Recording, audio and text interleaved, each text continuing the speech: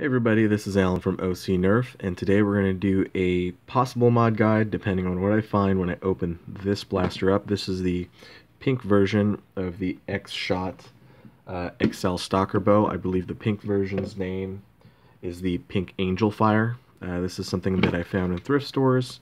It's incomplete, and it does come with arrows in both the XL and the pink version. I'll have pictures of that as well as a link in the description box below right here.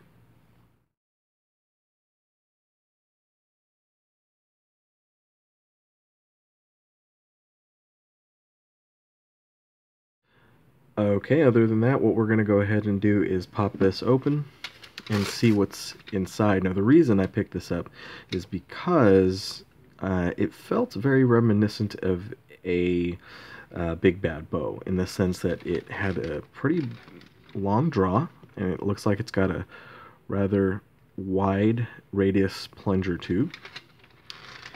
And when I draw that and I pull the trigger, got a really loud pop to it, and this becomes loose. Very, very big bad bow feeling. And if that is true and everything else in it is just as good, or at least close to it, what I'm going to turn this into is minimizing it into a pistol. So we're going to go ahead and crack this open and see what's inside.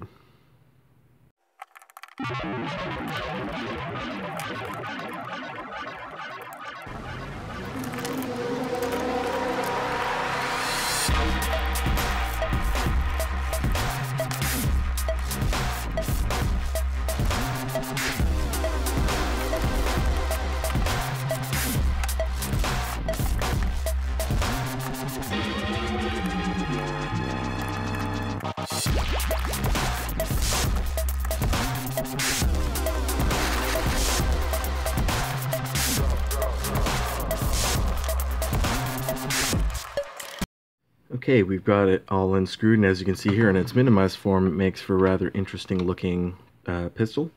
And so I've never seen the insides of this before, and we're going to go ahead and see what we're dealing with. A couple of screws, not quite loose yet. There we go. And let's see what we've got. Either this will turn into a mod guide, or it'll turn into some kind of harvesting video, kind of like with the Xlpoderz. Okay.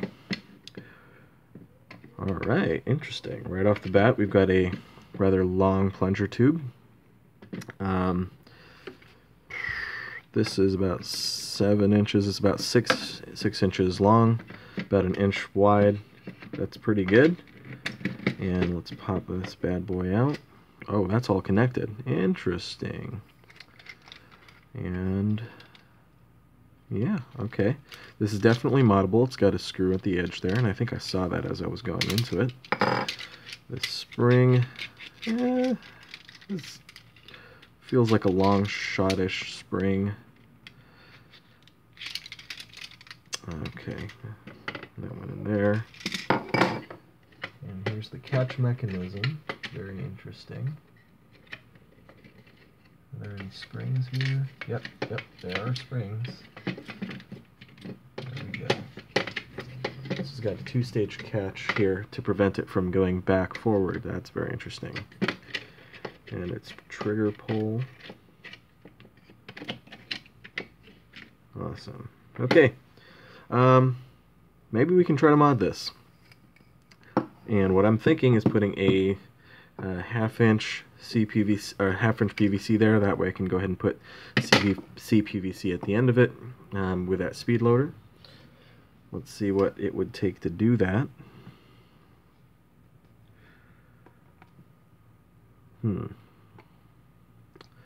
Thinking of blowing this out.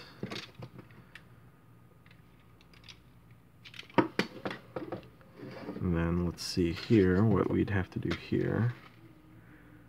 Definitely opening that up.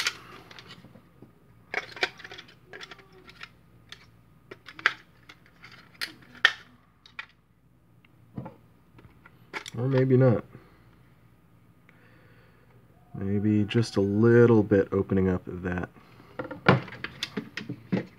Alright, so I think our best shot at this is to open this up, get this to fit or sit into there, epoxy and glue it all together, and then putting it back into the front here. So I'm going to go ahead and grab some equipment and get started on that.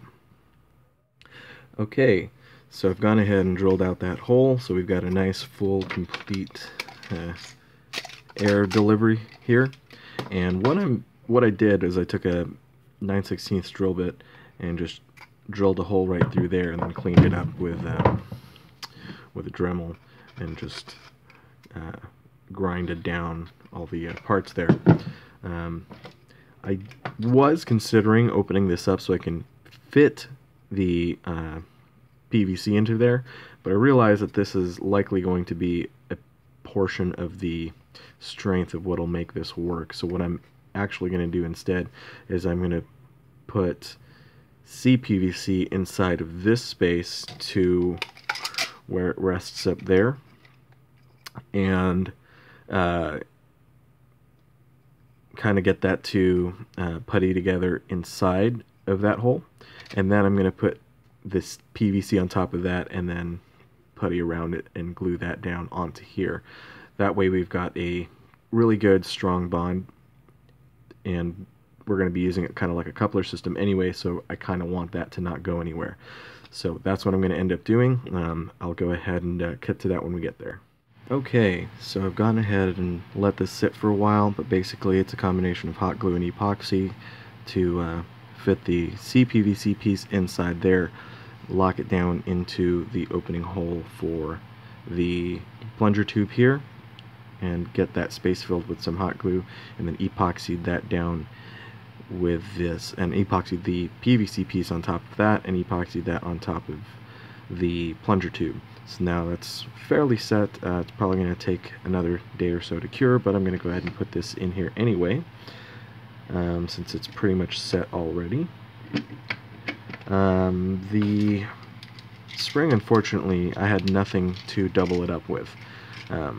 A Longshot spring might work, but honestly it's too big, and everything else I have is either too small or too big for this, so I don't have any good spring replacements. And the way they have this plunger head set, is there's really no good way to do a clean and effective spring compression.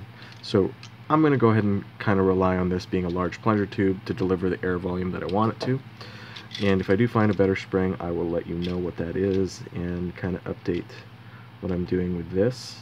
I'm going to go ahead and finish greasing this up. I've already re-greased the trigger and the catch.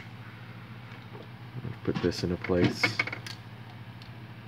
This is already padded, so that's really good. Too bad I don't have a stronger spring for it.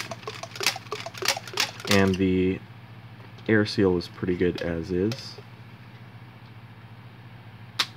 Yep.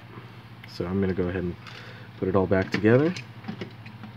I didn't really take anything else out, although I just re-greased it all. And that's about it. Gotta make sure I put it in the right way here. There we go. There we go. Okay. Well, that being said, I'm going to go ahead and close this up, and we'll give it a test fire once it's all put back together. Okay, everything's screwed back together. We're going to go ahead and give this a test fire. Not expecting incredible ranges, as that draw is still stock and pretty weak, so let's just see how this goes. Still not bad. Let me shoot it down range to see how it feels.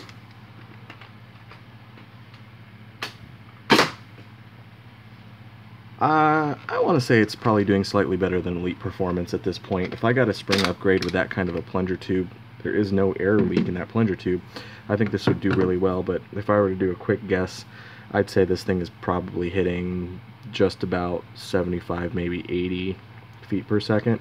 So nothing incredible, just above Elite Performance.